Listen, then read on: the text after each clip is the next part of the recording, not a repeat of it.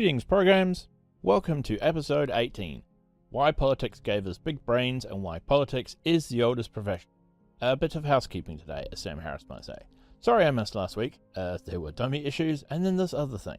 I was going to have a rant about how I've never heard an anti-choice argument that wasn't pure emotion, having slugged this out in the comments of a couple of vids over the last month, which is why today's vid is a bit late and possibly slightly rushed. Did that in the tummy thing. But someone who appears to be anti-choice actually did make a good, reasoned argument that isn't entirely based on emotion. It did not hold up to scrutiny, but it was a good argument. And well made, I thought. Really forced me to learn where the edges of my moral position was, and what it was based on, which I take as a good thing. So that might make it into a vid later on. Dispatches from the abortion front, round 3. Basically, it was a well-argued variation on the argument of you got pregnant, you are responsible, which in and of itself is bollocks, but they did use some good analogies, so I'll probably end up doing a video on that. On to today's episode. So much of today's episode is based on Franz de Waal's work, specifically the book Chimpanzee Politics. See footnote number 1 for a link to the book. So humans are smart. Smarter than any other animal discovered to date. Why? Well, obviously we evolved it. But why did we evolve it?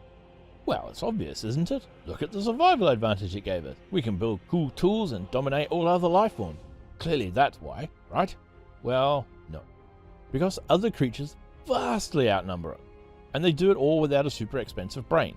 Single-celled organisms outnumber us something ridiculous like 1 billion or even 1 trillion to 1. Insects outnumber us by sheer volume of mass, let alone numbers on the planet. So it is possible to do it all without the super expensive brain that we have. It's easy to look at our very impressive tech and think, hey, this must all be the end result, and thus that's why we evolved big brain. After all, other smart creatures like chimps, other apes, some birds use tools, and we are even smarter and have better tools. So it makes sense, right? But there's a little flaw there. Evolution acts without intent or goals. So technology, even technology as primitive as a sharp stick, cannot be the goal. And tools and knowledge of tools can be passed around without providing much reproductive advantage to the inventor of the tool.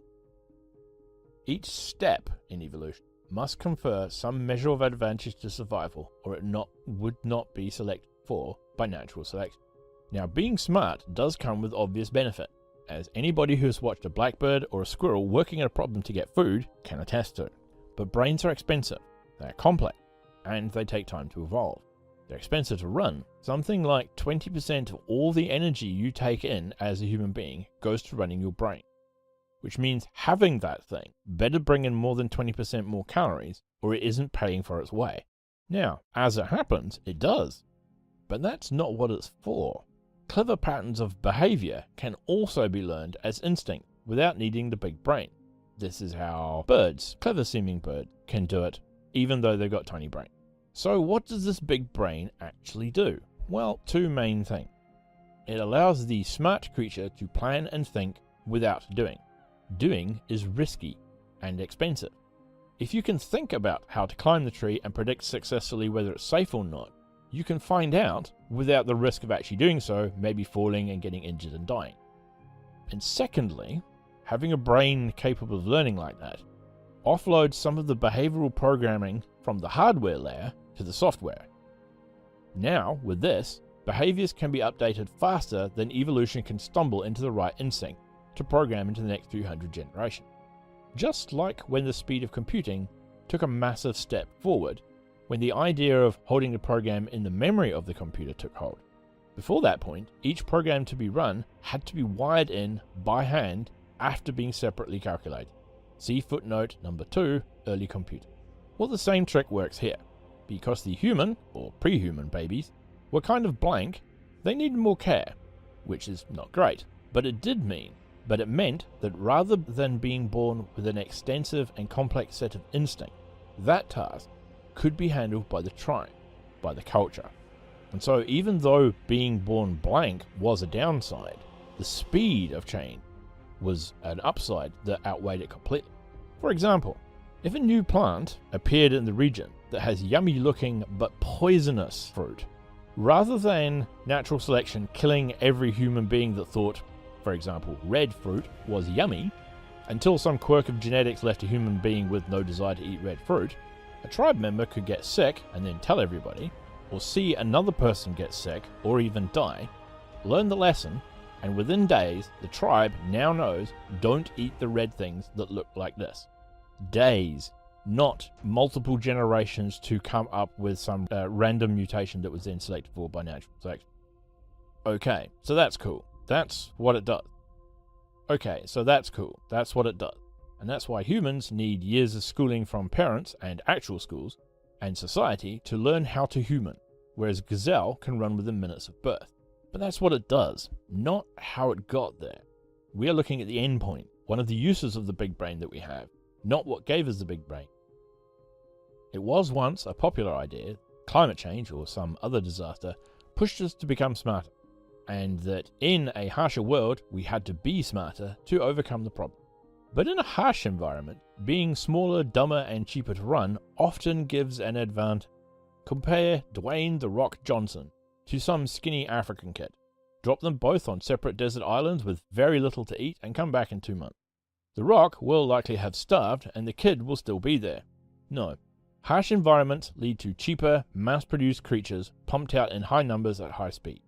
Using smart to solve food problems is a side effect. And the next smartest animal on the planet besides ourselves is a chimpanzee or possibly a dolphin. And humans are vastly smart, with a brain quadruple the size of that of the chimp. And chimps do just fine. So the idea of getting smarter to overcome environmental problems doesn't really hold. There are, in evolutionary terms, cheaper ways to get that job done. So whatever the process that led to our big brain, it had to be some kind of feedback system. Something that would push without limit in the evolutionary direction of being smarter. And it had to keep feeding back. Otherwise, we would simply evolve enough to deal with that problem, getting smarter, and stop because brains are expensive. So the process of being smarter had to somehow make the bar get set higher. And you might be getting to get some inclination as to what that possibly could be. What process of human evolving to be smarter would then push humans to be smarter still? What else but outsmarting other humans? And a lovely case study is shown in the book that I mentioned at the start, Chimpanzee Pod. Here is a scenario that should seem familiar to any student of history or even fantasy literature. The aging leader, Euron, is challenged by the contender, Loot. But the contender cannot take the leader down with all his followers and support. So he is helped by another youngster called Nicky. Nicky is not strong enough to challenge the leader directly, but Nicky can keep everybody else distracted while the leader and the upstart battle it out. And so over a number of battles and contests, the contender, Loot, eventually dominated Euron and has taken his place as leader of the tribe, with Nicky as the second most powerful. And then, Nicky formed an alliance with the old leader, Euron, to bring down Loot and install himself as the new leader. Anybody with a taste for history or just general cynicism would have seen this coming a mile away. But this is cutting edge stuff for chimp, and yet it's fairly obvious to us. Why? Because we have played this out again and again, in plays, in childish dominance contests in school, in 1,000 workplaces across the world, and in war. That's the evolutionary push that resets the bar. The smartest chimp becomes dominant by outsmarting all the others, and he gets all the girls. These genes get passed on, and the next generation is just a little bit smarter. So they have to try just a little bit harder to outsmart each other. Rinse and repeat. This runaway madness is what drove our ancestors to get the big brain. Being able to outsmart the boss proto-human gave a distinct and immediate fitness advantage in terms of passing on your gene. And this was the beginning of politics. And this evolutionary process can be seen in miniature, and will have been seen, by any parent. See footnote number 3 for details on child development. When children are small, they lack the ability to understand that other people have their own mind, with their own feelings. Thus, if the child is angry, the entire world is angry. But there comes a developmental milestone, where the child learns that other people operate from a different set of emotions, and different knowledge. And this is represented in child developmental psychology by The Basket Story. In this simple test, the child is told a story about two dolls, Sally and Anne. Sally puts a marble in a nearby box and then leaves. The Anne character then moves the marble from the box to the basket. A typical 4-year-old, when asked where Sally would think the marble is, will answer the box, even though they know themselves this to be wrong. A typical 3-year-old will point to the basket, as they cannot separate what they know from what others may know.